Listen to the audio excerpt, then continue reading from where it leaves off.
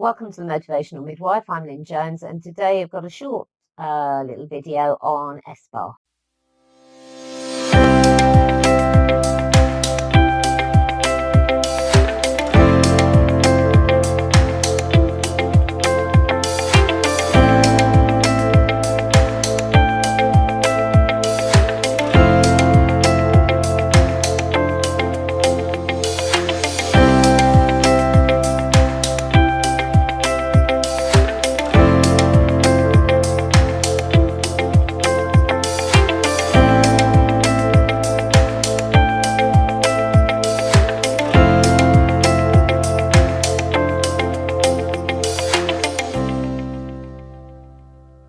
So SBAR, why do we need to bother with an SBAR?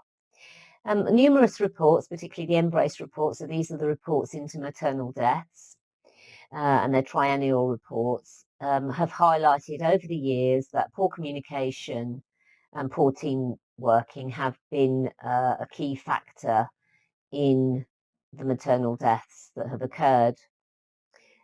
So they have really highlighted that we need to be much more systematic in our approach, particularly in emergency situations, because that will improve outcomes for women and their families and also promote better team working. So when we're looking at emergencies specifically, and the prompt course will actually highlight these 5 key areas when dealing with an emergency that will make communication quite effective. So really it needs to be succinct, it's formulated, you give that direct message. It's short, sharp, to the point. You get the point across. It's addressed to a specific individual, so you're delegating tasks to specific people. And remember, in this instance, we're looking specifically at an emergency, so you may well say to some, rather than saying, can someone get the PPH box, you're actually delegating that task to someone. Kate, can you go and get the PPH box? That you've delivered. The problem's been stated clearly. So this is a shoulder dystocia. Can you please put a 222 out? We need the obstetric and neonatal team. Okay, it's acknowledged. So, okay, you want me to put a 222 out, asking for the neonatal and the obstetric team, and then acted upon, the call goes out. So SBAR is one of the tools that you can use for a systematic approach to handovers. Okay, so it will very much depend on the situation that you're doing as to how succinct that will be. In an emergency situation, it really does need to be very concise. And so I can give you the example that the prompt manual gives. So the situation is Mary Norton is having an antepartum hemorrhage. The background is she is a primate, 30 weeks pregnant. Assessments, she's in severe pain, hypertensive, tachycardic. Her observation score 3 red triggers on meows. And the recommendation, I would like a senior obstetrician and senior midwife to review immediately. So this is very short, sharp, to the point. It's going to give that message very clearly in a very short period of time. So if we're thinking about verbal, that would be a verbal SBAR handover. And as I say, it's often in an emergency situation or in a situation where you really need things to be escalated quite quickly. Our written handovers also need to be systematic in their approach. But of course, with a written handover, you can actually be a little bit more full in your handover, so you can give more information in each part. Okay, so if we're thinking about an emergency situation from a situation, we're going to clearly state it's a shoulder dystocia. If it's not really an emergency, but we still need someone to come quickly, you might say you state who you are. So I'm Lynn, I'm the midwife in room 12. The CTG is pathological. Please, can you come and review?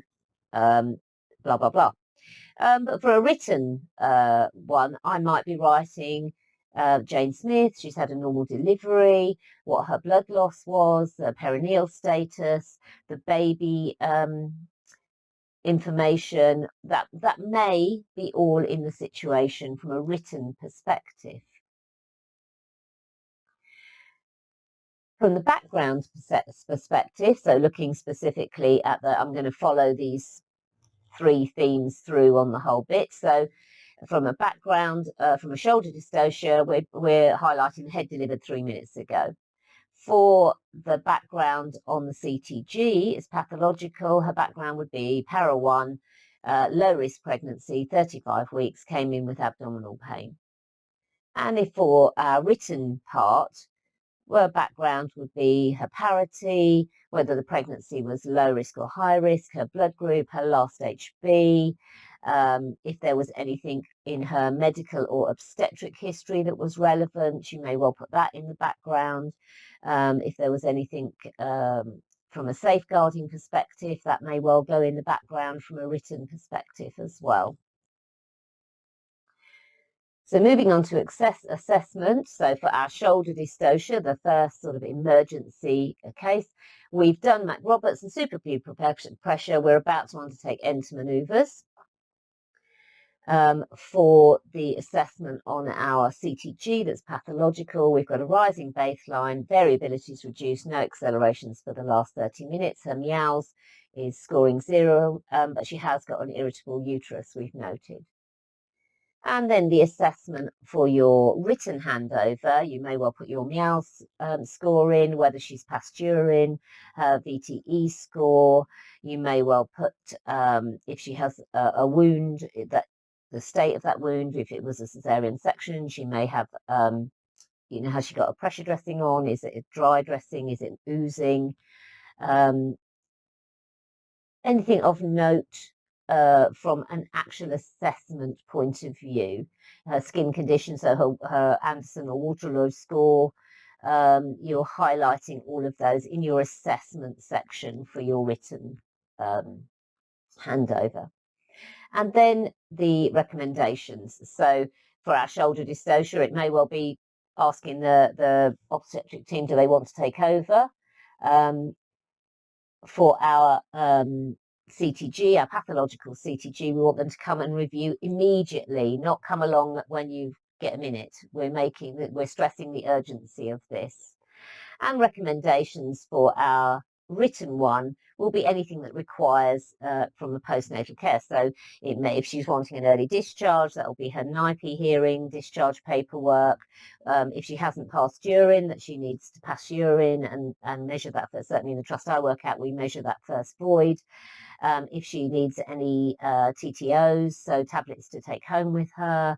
If there is any sort of special arrangements that need to be made. So that may well be that she needs, if there's safeguarding issues, it may be that there's a discharge planning meeting needs to be held, or social workers might need to be informed.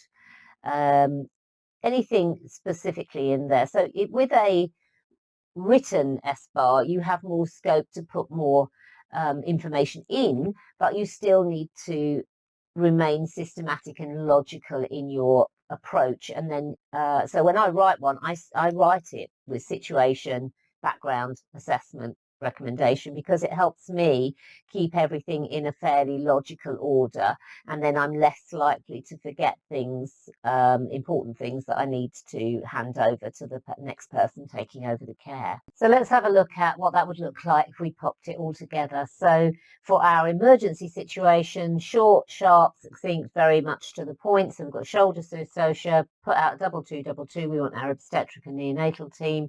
Head's been delivered 3 minutes. We've done Robertson suprapubic pressure, or just about to do ENT manoeuvres. If my registrar and my consultant's there, do you want to take over? Very quick, very succinct, very clear. The one that is more of an urgent situation but not an emergency as such. So I'm Lynn, I'm working in room 12. The CTG is pathological. This is a para 1, 35 weeks, who came in with abdominal pain, otherwise low risk pregnancy. My baseline is rising, variability is reduced. I've had no accelerations for the last 30 minutes. Her meow score is 0, but she has got an irritable uterus. Please can you come and review immediately? And it's important, particularly with these situations, these sort of urgent situations, that you are really clear about what you want and when you want it for the doctor, because the doctors often that you are calling, they're not just covering delivery suite areas. They are covering all of the obstetric areas. They're often covering the gynae departments. They're often covering the emergency department as well. So unless you are clear about what it is you want and the time frame in which you want them to come, you will just get added to the bottom of the list of the things they have to do. So this is why it's extremely important that you are clear about what it is you want. So, I have a pathological CTG. It needs reviewing now. So I need you to come immediately and review this CTG. And then when we're looking at the written SBAR,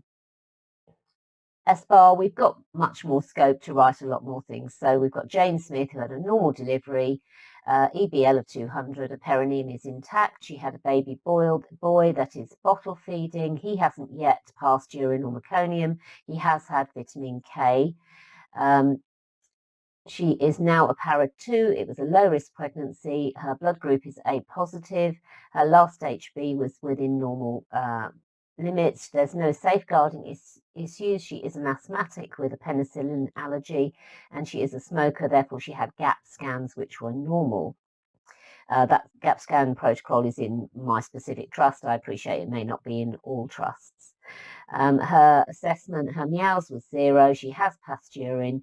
Her VTE score is 2 for age and smoking. You can also add in there her skin's intact, anything else that is relevant. And she wants an early discharge, so she will need NIPE hearing. The discharge paperwork will need completed with the education that she will require before going home. In my trust, we have a video that they watch, which will tell them all about registering the baby, safe sleeping, and all the other car safety, all the other educational bits that we need to make sure they're aware of before they go home. She will need TTOs for low molecular weight heparin. So in my trust, that's deltaparin because of her VTE score. And we'll also need to ensure that we've actually shown her or taught her how to administer it and safe disposal of sharps. And we need to ensure that a community midwife visit is scheduled. So in conclusion, if we are systematic in our approach, be it verbal or written, we will reduce errors, we will improve our team working, but most importantly, we will improve the experience for women and their families. And there you have it, SBAR. I hope that's given you an insight into really how to hand over systematically. If you haven't subscribed to the channel, please do so. And also look for us on Facebook at The Motivational Midwife. I look forward to seeing you next time.